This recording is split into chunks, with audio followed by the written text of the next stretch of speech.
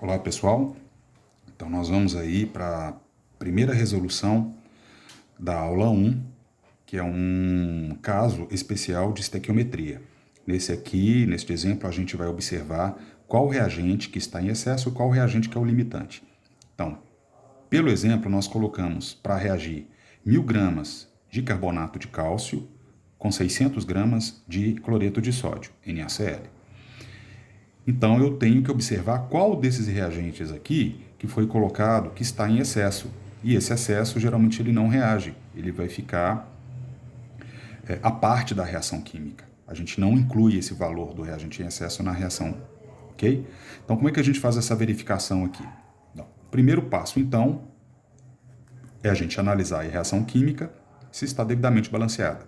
Então eu tenho 1 mol de carbonato de cálcio para 2 mols de NaCl, produzindo 1 mol de carbonato de sódio e 1 mol de cloreto de cálcio. Então, a equação ela está devidamente balanceada.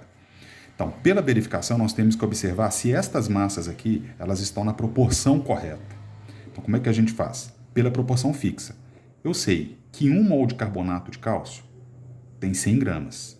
Então, eu vou utilizar 100 gramas de carbonato de cálcio, sempre reage na proporção estequiométrica com 117 gramas de cloreto de sódio. Lembra que nós temos 2 mols. Se 1 mol é 58,5, 2 mols é 117, ok? Então a gente faz isso nas duas verificações. 100 gramas de carbonato está para 117 gramas de cloreto de cálcio. Então a gente começa a analisar estas massas aqui. Será que 1.000 gramas está para 600? Então como é que a gente vai fazer? Se eu tiver 1.000 gramas de carbonato de cálcio, quantos gramas eu vou precisar de cloreto de sódio?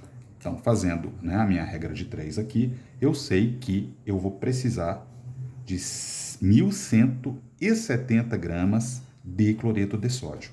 Beleza? Então, neste caso, se eu estiver utilizando os 1.000 gramas que foi colocado aqui, eu vou precisar de 1.170 de cloreto de sódio e eu só tenho 600. Então, neste caso, o NaCl é o meu reagente limitante. Ok?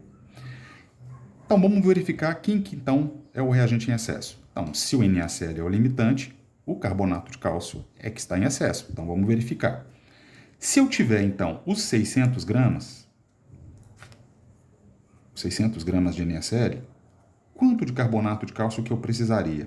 Então, já fazendo esse cálculo aqui anteriormente, eu sei que eu vou precisar de 512 gramas de carbonato de cálcio, se eu estiver utilizando 600 gramas de cloreto de sódio. Então, se eu tenho 1.000 e eu vou usar 512, então o carbonato de cálcio é o meu reagente em excesso. Então, respondendo as perguntas. Quem é o reagente limitante? NaCl. Ok? Quem é o reagente em excesso? É o carbonato de cálcio. E a letra C. Qual a quantidade em excesso? Bom, se eu tenho 1.000 gramas de carbonato de cálcio, mas eu vou reagir apenas 512, quanto é que me sobra? Qual que é o reagente em excesso? Vai me sobrar 488 gramas de excesso, ok? Esse excesso aqui, ele não reage.